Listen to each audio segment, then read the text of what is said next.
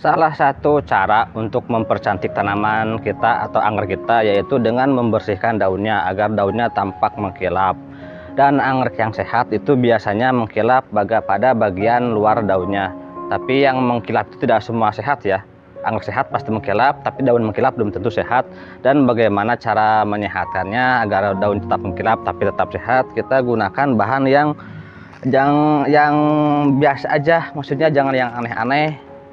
Kalau saya cukup membersihkannya dengan air yang bersih seperti ini dan gunakan bahan yang sangat lembut. Jangan menggunakan bahan yang kasar. Saya gak pakai cairan apa-apa, ini hanya air kolam. Kalau gak ada air kolam bisa pakai air mineral, itu lebih aman. Jadi gak perlu pengkilap daun kalau menurut saya. Kenapa? Karena pengkilap daun itu ada bahan-bahan tertentu ya, bisa aja vitamin atau yang lain-lainnya. Tapi secara alami, ini yang di alamnya tanpa dikilap, tanpa diberi pengkilap daun dia udah kilap secara alami.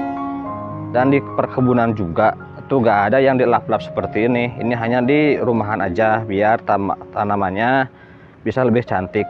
Nah seperti ini loh, kita membersihkan bagian daunnya biar terlihat lebih cantik. Kalau untuk pengkilap daun yang berbahan dasar minyak, saya tidak terlalu menyarankan. Kenapa? Karena itu kurang bagus nantinya untuk perkembangan anggrek kita. Soalnya di sini kan ada stomata daun di bawah. Nah, terutama bagian bawah daun tidak saya lap. Ini hanya opsional aja kalau untuk bagian bawah. Ini jangan terlalu sering dilap kalau bagian bawah. Soalnya di sini stomata daun atau mulut-mulut daun tuh letaknya di sini. Kalau misalkan bahannya kasar, lapnya kasar, ini bisa merusak stomata daun dan mengurangi kesehatan tanaman nantinya. Khawatirnya jika terlalu sering mengelap ini, jika terlalu sering mengkilapkan daun yang bagian di bawah, itu bisa mengganggu kesehatan tanaman kita.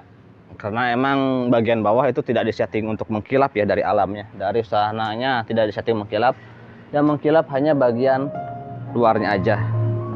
Seperti ini. Dan untuk tanaman yang sehat, jika daunnya bersih, ini akan mengkilap secara alami.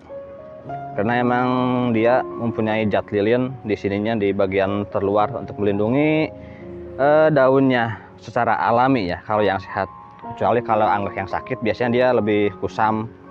Kalau anggrek sehat, dia akan mengkilap secara alami. Cukup dibersihkan seperti ini aja kalau mau tampilannya lebih cantik. Dan untuk bagian bawah opsional. Saya gak dibersihkan kalau misalkan gak perlu, ya seperlunya aja. Dan seperti ini pun gak setiap hari atau setiap minggu, ini opsional aja. Jika sudah kotor banget baru kita bersihkan seperti ini. Kalau yang mau memakai bahan dasar buah-buahan boleh, tapi kalau saya pribadi pakai air kolam aja cukup, air bersih aja jika perlu yang aneh-aneh. Kalau untuk membersihkan daun seperti ini, cuman yang penting ini nih, saya pakai kapas untuk membersihkannya. Bahannya lembut. Pakai tisu boleh, pakai tisu juga.